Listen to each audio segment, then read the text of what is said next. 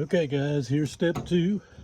I've tarped up all the stuff.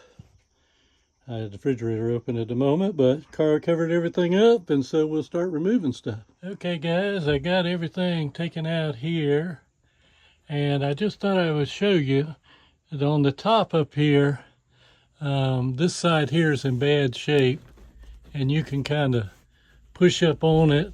So I'm going to put a little support up under here so that as I'm walking on it, it'll stay up in place and it won't move. Okay guys, you can see I added in the support. I'm going to use to hold that in place while I stand on it. And that should carry the load, and hopefully when I replace the plywood, it'll make it stronger. Okay guys, this is the first day, end of it. We've got everything off. Air conditioned, vents, back cap, and we got the front cap off. I will tell you, that front cap was on there, but we're good to go. And tomorrow we'll start working on the removing the file line and start replacing plywood. All right, let's see what happens tomorrow. Okay guys, here's another extra I've got for you. If you look over there in the center, that is the overhead light for the bedroom. And under this piece of panel here, if I can show it to you, that is the light for the hallway. And you can see the wires with the red tape on it. What I've done is while I had the roof off, I went ahead and ran it down. It goes down beside that stack into the wall, and we're going to put wall switches on. I don't know about y'all, but it's aggravating trying to push the button over the top of the bed, and this will be very convenient. Okay guys, here's my first panel. I sprayed the adhesive on it, and I used that Stay Bond. Let's see what it is. 183 red.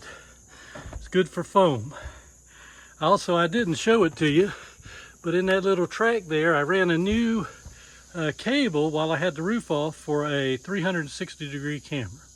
So I think that'll be a good accent for the extra for the coach.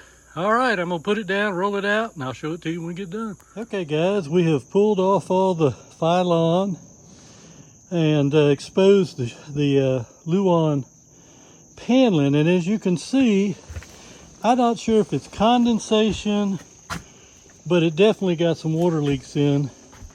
Some of it has run back along the foam from the back cap.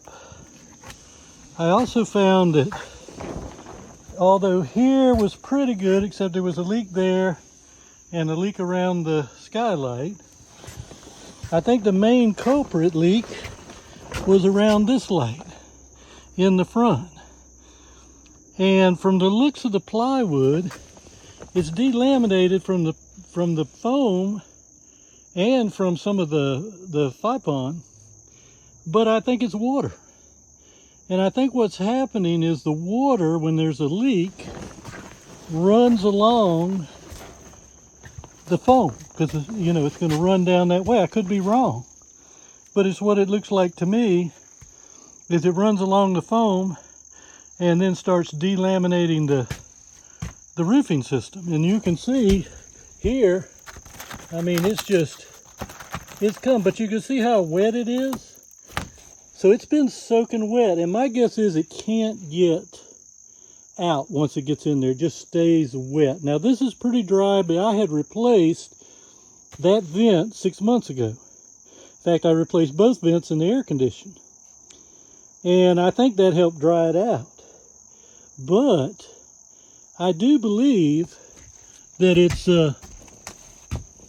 was water intrusion that created the problem. And then once it got started, it just, it was just everywhere. I didn't pull all this off because you can see there was a lot of water damage in this area. And I think it's running along the styrofoam through the board, soaking it up like a sponge. Although I don't exactly know why they use odd sized pieces in some of this, but we got some pieces that I haven't measured it yet, but they don't look quite 4 foot. I don't know if they just pieced them in or what they did.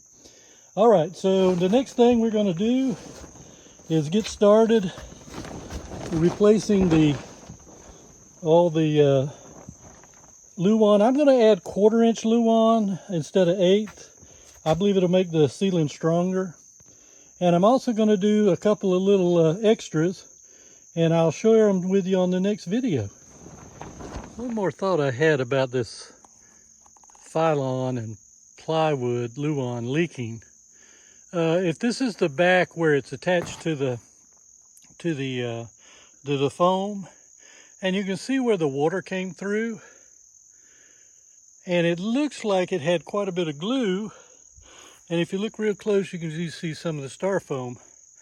Of course, it wasn't attached very well now, but I kind of thinking that the water is creating the problem.